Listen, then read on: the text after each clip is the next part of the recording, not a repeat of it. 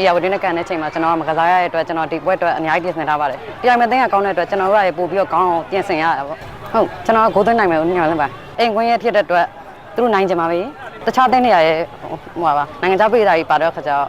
ကျွန်တော်စိတ်ထဲမှာရှိရပါတော့အရင်ကကျွန်တော်တို့ကချက်မီယန်သူတို့နှွှဲပေးရတဲ့အတွက်ကျွန်တော်စိတ်ထဲမှာမခံချင်စိတ်တော့ရှိကြတာပေါ့အမားနဲ့အတင်းတွေကချက်မီရမယ်ထင်တာပဲ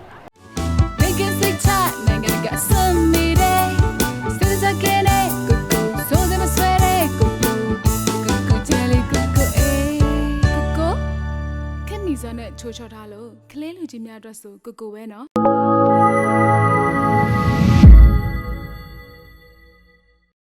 ကလေးမင်္ဂလာပါကဲမင်္ဂလာပါအရန်ကြောက်ပါပေါ့ကျွန်တော်ကဟိုတစ်ခေါက်တော့ကျွန်တော်အနီကထိတဲ့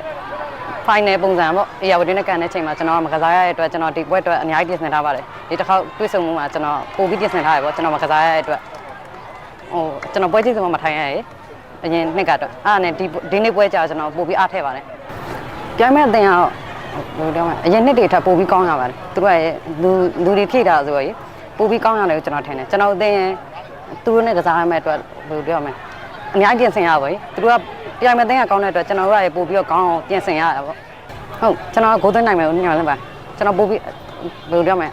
အကိုတို့ခုနပြောလို့ပေါ့ကျွန်တော်ပို့ပြီးအားထည့်ထားရဲဆိုရတဲ့အတွက်ကျွန်တော်ဂိုးသွင်းနိုင်မယ်လို့ညွှန်လိုက်ပါတယ်ပြီးတော့ကျွန်တော်အသင်းဒီနေ့ကစားရအားရပါ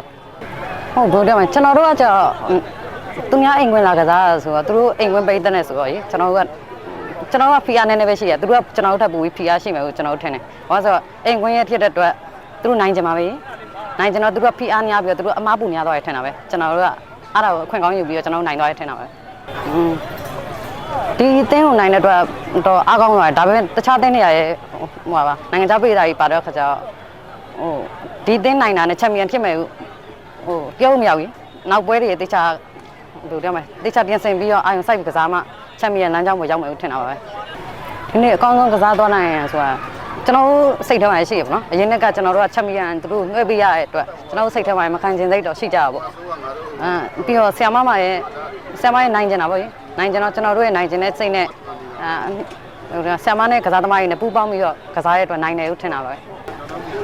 အဲ့လိုတော့မရသေးဘူးဘာလို့ဆိုနောက်ပွဲတွေကြံသေးတဲ့အတွက်သူတို့ရဲ့နောက်ပွဲတွေအမားတွေကနေပြင်ဆင်ပြီးတော့အကောင်းဆုံးကြိုးစားမှာကျွန်တော်ရဲ့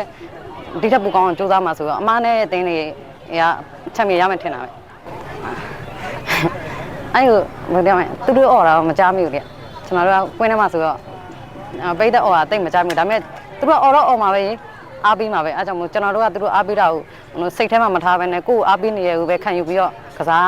ရမှာပေါ့ကစားသမားဆိုတော့ကျေးဇူးပိတ်သက်တွေကိုတော့ကျေးဇူးတင်ပါတယ်ပြောချင်ပါတယ်ဘာလို့လဲဆိုတော့ကျွန်တော်တို့အဝေးကွင်းမှာလာကန်တဲ့တွေ့ရောဒီကပိတ်သက်တွေအေးရပတိပိတ်သက်တွေရောဘယ်လိုပြောမလဲရင်ကျေးစွာအားပေးရပေါ့နှစ်ဖက်ညပြီးအားပေးရတွေ့ရကျေးဇူးတင်ပါတယ်ပြီးရင် line မှာအားပေးနေရ ISP ပိတ်သက်တွေရောအေးရပတိပိတ်သက်တွေရောကျွန်တော်ကျေးဇူးတင်တဲ့ပါတယ်ပြောချင်ပါတယ်